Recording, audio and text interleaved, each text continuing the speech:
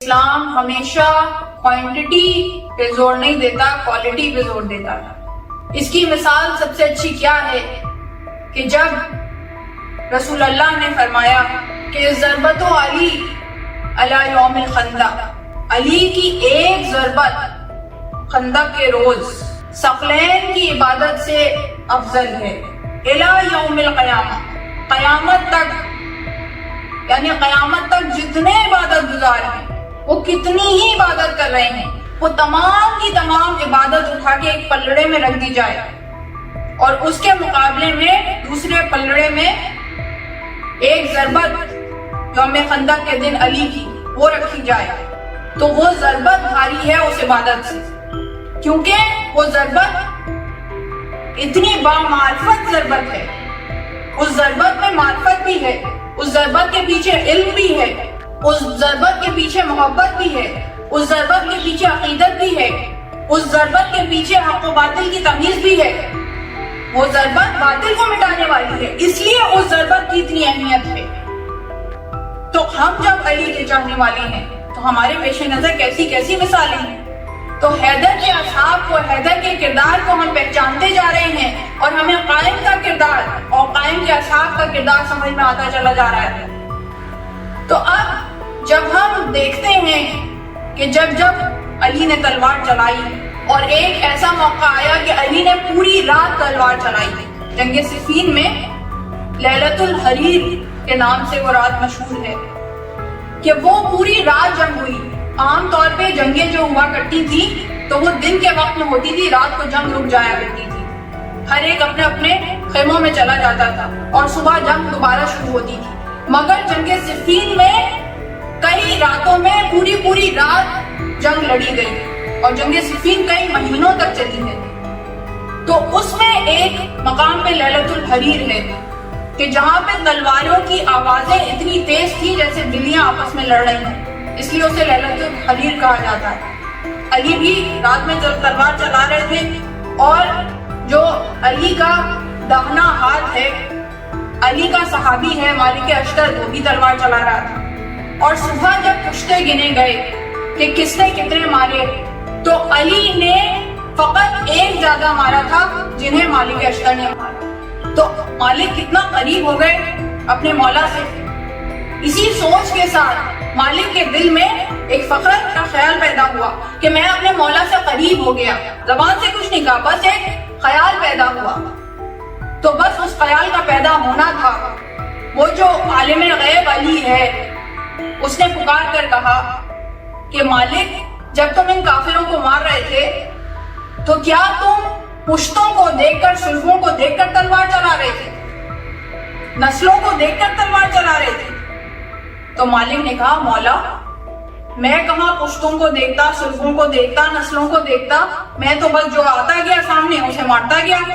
مولا نے کہا کہ میری تلوار نے سامنے آنے والی کی 70 پشتوں تک دیکھا، اور اگر ایک بھی مومن تھا تو میں نے تلوار کو ہٹا لیا۔ یعنی اب اس سے کتنی باتیں واضح ہوئی کہ علی جنگ کے میدان میں بھی، تلوار چلاتے ہوئے بھی، جس وقت ایک مجاہد کا جوش، اس کا ولولہ، اس کی اسٹیم اپنے عروج پہ ہوتی ہے، اسے کنٹرول کرنا مشکل ہوتا ہے، اس وقت بھی امام کا کنٹرول کیسا ہے اور امام کا علم کیسا ہے کہ جو 70 نسلوں تک دیکھ رہا ہے، اور دیکھنے کے بعد کنٹرول یہ ہے کہ ایک مومن ہے تو تلوار ہٹا لی۔ اور اس سے دوسرا نقطہ یہ پتا چلا کہ علی کی نگاہ میں مومن کتنا قیمتی ہے۔ علی ایک مومن کے بدلے 69 کافروں کو برداشت کر رہے ہیں۔ تو اب یہ جو ذوالفقار میان میں چلی گئی، ذوالفقار میان میں چلی گئی، اب جتنی حدیثیں ہمارے 12ویں امام کے ظہور سے متعلق ہیں کہ قائم کا ظہور ہوگا، قائم قیام کریں گے، قائم قیام کریں گے، ان کا ظہور ہوگا، آخری جنگ ہوگی، جہاں جہاں یہ حدیثیں ہیں وہاں ایک جملہ لکھا ہوا ہے کہ جب قائم ظہور کریں گے، قیام کریں گے، تو پھر وہ کسی کافر کو چھوڑیں گے نہیں۔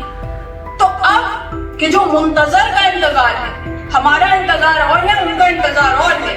ان کا انتظار اس لیے ہے کہ جو کافر صلبے ہیں، کافر ارحام ہیں، ان سے جتنے مومن ہیں وہ باہر آ جائیں، اور جس وقت امام کا ظہور ہوگا اور ذوالفقار نیام سے باہر آئے گی تو پھر سمجھ لیں کہ 5 ہو گئے آرام اور 5 ہو گئے سلب۔ اب ان سلبوں سے کوئی مومن باہر آنے والا نہیں ہے، اور ہمارا انتظار کیا ہے کہ ہمیں یہ انتظار جو ہے یہ دراصل ایک مہلت کے طور پہ دیا گیا ہے کہ یہ دیکھو کہ کتنے اچھے ہو اور کتنے اچھے بن سکتے ہو، کتنے اچھے بن سکتے ہو۔ تو اسی پرسنل ڈیولپمنٹ میں جو ہم نے شروع سے آغاز گفتگو سے اس کے اوپر زور دیا، یہی دراصل تقاضائے غیبت ہے۔ جو منتظر ہے وہ ایسے ہاتھ پہ ہاتھ دھرے نہیں بیٹھا رہتا۔ یہ انتظار ہم سے مقصود نہیں ہے کہ بس زیارت پڑھی اور الحجل حجل کہا اور چلے گئے، نہیں، زیارت بھی پڑھنی ہے، الحجل پکارنا بھی ہے، لیکن ساتھ خود کو تیار کرنا ہے کہ جب قیام ہو، جب ظہور ہو تو ہم اس قابل ہوں کہ امام کا ساتھ دے سکیں، اور جس وقت مومنین اس قابل بن جائیں گے تو اس وقت ایک لحظے کی دیر نہیں ہوگی امام کے ظہور میں۔ یہ تو ہم سب کو معلوم ہے کہ ہمارے مولا و آقا امام زمانہ جل اللہ تعالی فرجہ محرم کے مہینے میں ظاہر ہوں گے۔ محرم کی 10 تاریخ ہوگی اور جمعے کا دن ہوگا، وقت ہوگا فجر کا۔ سال کون سا ہوگا؟ سال کے بارے میں صرف ایک چیز بتائی گئی ہے کہ تاک سال ہوگا۔ تاک یعنی آڈ نمبر، ایون نہیں، وہ نہیں کہ جو 2 میں تقسیم ہو جائے، 1 3 5 21 25 27 29 ایسا سال ہوگا۔ اب 10 محرم ظہور کا دن، فجر کا وقت ہے، دنیا سو رہی ہے یا اپنے اپنے کاموں میں مشغول ہے، اپنے اپنے کاموں میں لگی ہوئی ہے۔ ایک آسمانی آواز ظاہر ہوگی، جاء الحق وزهق الباطل ان الباطل کان زہوقا۔ حق آ گیا، باطل مٹ گیا، اور باطل کو مٹنا ہی ہے۔ یہ آسمانی ندا آئے گی، دنیا کو معلوم ہو جائے خدا کی آخری حجت نے ظہور کیا ہے۔ اللہم صلی علی محمد و آل محمد۔ پروردگار رحمتیں نازل فرما محمد اور ان کی پاک آل پر ہزاروں کروڑوں درود و سلام۔ اللہم عجل لولیک الفرج۔